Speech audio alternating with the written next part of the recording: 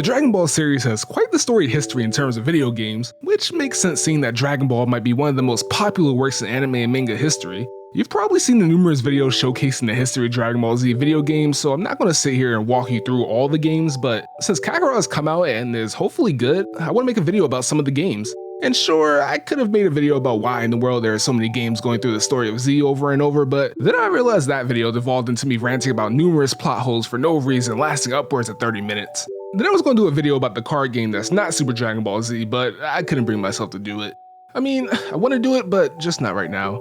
And I could have done a video on the games with original stories like Xenoverse and that one Trunks game, but time travel breaks my brains and all of the original stories revolve around time travel. So instead, I'll do a video on the side-scrolling action games in the series, because surprisingly enough, there aren't that many, 3 in fact, and in a way, I think that exemplifies the difference between Dragon Ball Z and Dragon Ball, and GT to an extent, so let's get into it.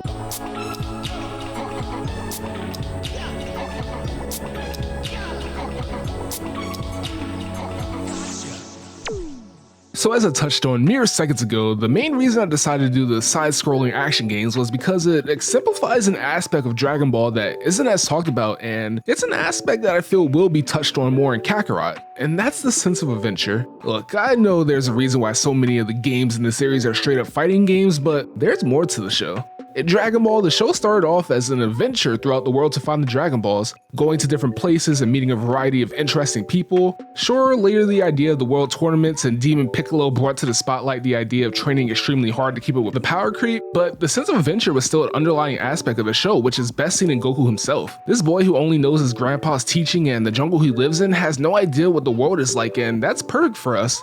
We might live on Earth, but this Earth is very different. Animals talk, there are towers that go to the heavens, everything you could ever need is in a small capsule, and plenty more. And exploring the world is the best way to see all of this. This is also why DBZ was so light on the adventuring side of things. Yeah, you could make an argument for Namek, but it was less exploring and more jumping from battle to battle. We saw what Earth has to offer, there's nothing else that's really going to surprise us in terms of the environment. What does surprise me are the mental gymnastics I have to do to make sense of the Dragon Balls and what works and why Namek can only bring back one person. Well, wait, so I'm getting away from my point.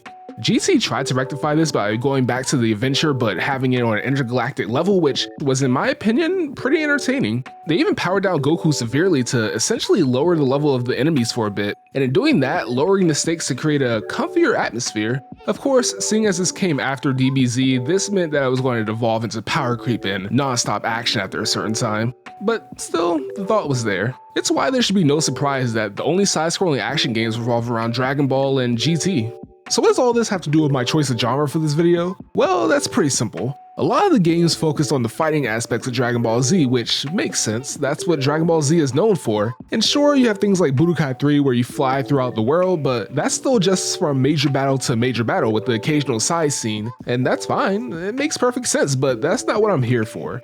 You see, with side-scrolling games, you gain a sense of discovery that you wouldn't find in an arena. You're always going for it, so you always see something new, unless everything is copy and pasted. You aren't bogged down by what was behind because when you have to keep moving forward, shout out Meet the Robinsons, look out for that video someday. And yes, you can argue that there are other genres that create a better sense of adventure. Shoot, I remember working on a video about overworlds in JRPGs and how they create a grand sense of adventure. And of course, with open world games being a dime a dozen now, there are genres that give you better sense of discovery in the world you're plopped into. But hush now, 2 of the 3 games were on the GBA, with the last one being on the Wii.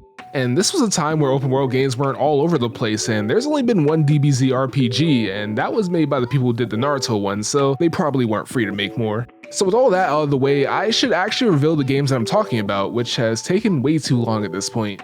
So we have Dragon Ball GT Transformation, Dragon Ball Advanced Adventure, and Dragon Ball Revenge of King Piccolo.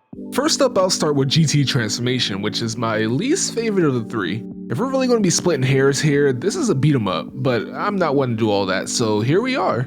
The crux of this game is that you're jumping from planet to planet, fighting different people, and I use different very liberally. See, this game has a couple types of enemies, melee, ranged, flying, or some combo of all that. Of course there are bosses, but they are mainly just bullet sponges I spam key moves at, but let me back it up a bit. This was a game made by Webfoot Tech, who is more known for the Legacy of Goku games, which actually makes a lot more sense in more ways than one. Let's see, GT transformation goes from the start of GT to the end of Baby's arc, which is more or less 1/3 of GT. The Legacy of Goku goes from the start of Z up to the end of Namek, which is roughly 1/3 of Z. The other thing is that both of them, being the start of their respective series, are dog dookie, which leads me to believe that if there was a GT transformation 2 and 3, they would be amazing to the point that people will wish GT was the canon one or something like that. And no, please don't argue about what's canon or not, thank you. So, what's so bad about transformation? First, we only have one button for attack, 2 if you count Ki, though I won't fault the game for that, seeing as it was on the GBA. What I will fault is that there's no real variety to the moves. Even the jumping attacks don't add too much. Granted, I did use them a lot because the hitboxes are wonky, and you better believe I was taking full advantage of that. See, you can switch between Goku, Pan, and Trunks, and if you watch the show, you'll know that Goku and Pan are small. This means that you won't be using Trunks unless the other two somehow get hit by something low enough to actually hit them, or like I keep jumping and get hit like that. Funny enough, the battle against Baby at the end of the game is easier when I'm small Goku than when I transform into Super Saiyan 4 Goku because of this. I mean, look, his beam doesn't even hit me. With that said, this is probably the best time to talk about the difficulty. Frankly speaking, it was all over the place. Sometimes I would just cruise through the level only to be gated by some BS part because for some reason I can't hit everything they decide to throw out. That or Pan dies and I have to improvise. This is somewhat mitigated by the leveling up in the game, which is done by picking up orbs dropped by enemies, but you don't really notice it unless it's key because that lets you spam it more. As for the levels themselves, it moves around from the inside of labs to the outside of alien worlds. It's not bad to look at, so I guess that's a plus. Also, when you beat a level, you get a score based on the combos and how much damage you take, among other things, which lets you buy things in the store. After beating the game once, I didn't have nearly enough to buy anything, which is to promote repeated plays of this game, but I wasn't doing that, so I mysteriously got enough zenny to buy everything to see what's there. There are modes that are just boss rush modes for single player and multiplayer, extra difficulty modes, sprites, and more characters to use for the modes you just unlocked. I should say now that each character has different base stats, but I couldn't tell you if that matters. Anyway, the best part of the shop is getting the new sprites because they aren't too bad to look at. Circling back to replayability, there are branching paths, but I'm almost certain that it doesn't matter. And because of the shop, the game clearly wants you to unlock stuff and go back through to try it, but the gameplay isn't nearly good enough to make me do that. Okay, maybe for like a second or so. But there's also a co-op mode, but I didn't even bother. This is just a bad beat 'em up that lacks fluidity, which could be killer in this genre. Man, why are there no good GT games? Granted, there were only 2, but you know, I spent entirely too long on this game, and it just makes me want to play the way better game. And that game is Advanced Adventure, a game that came out a bit over a year before GT. This one was done by Dimps, who worked on a couple of games before this, the most notable in my opinion being the Sonic Advance games. And if you played those, you know that this game will be pretty quality. Also, the sprite work evokes the same feeling as the ones from Sonic Advance, but that's probably because the same people made the sprites, I have to imagine. So let me just say this now, this game does everything that GT Transformation does, but better. Okay, except for the shop, but I'm not hurting for it or anything. So let's go down the list. The gameplay in Advanced Adventure consists of an attack button and a key button, same as GT. The difference here is that Advanced Adventure acts despite its control limitations to create a bit of variety.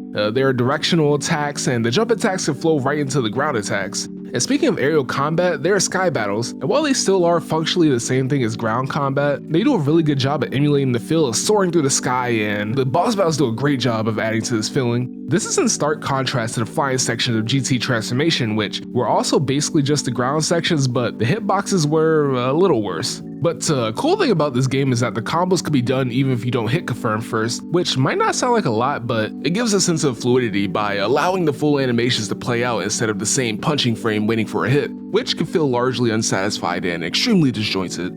Also, this lets you make use of the better enders, especially when you get the power pole upgrades that give you the longer ranges. But the combat truly shines when you do the one-on-one battles. Not only do you have the offensive options I just talked about, you also have the ability to block and, even better, parry. So there's a new degree of skill involved since your moves don't instantly lock people with hit stuns. You can even test your skills with the boss battles that you're supposed to lose. They're not really all that hard, except for Piccolo, but it really does feel good to beat them. These sections really felt like a fighting game on the GBA, and I love it. There's even an entirely separate mode just for these types of fights where you can pick different characters and even play against your friends. This is to say I really like the one-on-one battles. They're fairly simplistic, yet they're still a lot of fun. Another thing I like about this game are the upgrades. You see, in this game, upgrades are attained by exploring the levels, unlike the mindless grinding in GT. You're rewarded for your exploration of the well-designed levels and also your ability to find the hidden secrets throughout. Other than finding bonuses to your score, the main upgrades are a combo extender and enhancements to your max ki, allowing you to use stronger and more frequent Kamehamehas, aka the only thing you'll want to use. And speaking of levels, they never overstay their welcome. You'll usually be climbing up and in and out of towers, which, now that I think about it, there are a lot of towers and castles or whatever in Dragon Ball. The enemy placement is reasonable and there are a good variety of them, which keeps things interesting. Oh, and the traps might catch you off guard occasionally. But this game actually does a pretty good job at safely introducing them, so you don't feel like you took dumb damage unfairly. I'm looking at you, Dark Souls 2 Door. But for example, in Pilaf's Tower, there are boulders that fall on you if you walk under them. The first time you see it though, there's a platform above, so you're never in any real danger of getting hit. So from then on, you know that there's the possibility of it happening, so you're more cautious. Sure, there might be more subtle ways to handle it, but it's effective nonetheless. And stuff like that is a big reason why I like the levels in this game. The other big one being that the levels are visually pretty unique and that the enemy types never get too boring. But then again, that mostly has to do with the fact that Dragon Ball is extremely varied in its setting to begin with for reasons I said way earlier. And I guess this is the best place to mention that the story goes all the way from the start of Dragon Ball to the end of Demon King Piccolo arc. I'm not really sure why they didn't just go to the end of Dragon Ball because there was only one more arc, but whatever. It closely follows the anime while cutting the filler, and that keeps the game at a nice length.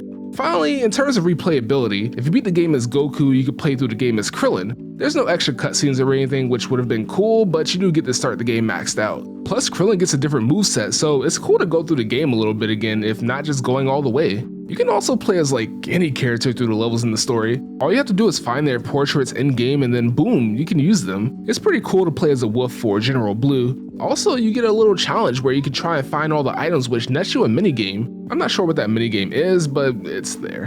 And that's about that for Advanced Adventure. In my opinion, the game is definitely in the upper tier of Dragon Ball games along with, Okay, now we have Revenge of King Piccolo, and despite what I might have said earlier in the intro, I'm not going to spend a lot of time on this one for one reason. Well, two, because I talked a lot more about the other two than I thought I would, and considering the other reason, it doesn't feel too pertinent to talk at length about it. The other reason being that I'm pretty sure this is like a remastered console version of Advanced Adventure, but worse. So the gameplay loop here is pretty similar to Advanced Adventure. You go from point A to point B while fighting enemies along the way, but this time you have dynamic backgrounds. You know, the type where it gives you a 3D feeling while still being 2D, 2.5D if you will.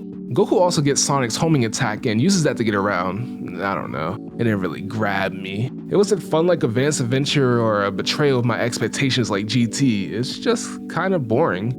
Anyway, there's actually a one-on-one combat section, but that too is betrayed by the pretty simplistic combat. Although I will say that the game does take advantage of being a console game by having more buttons than what we saw in the other games. You even have more combos, but man, you better finish the enemies off on the first go-round because the get-up is annoyingly slow.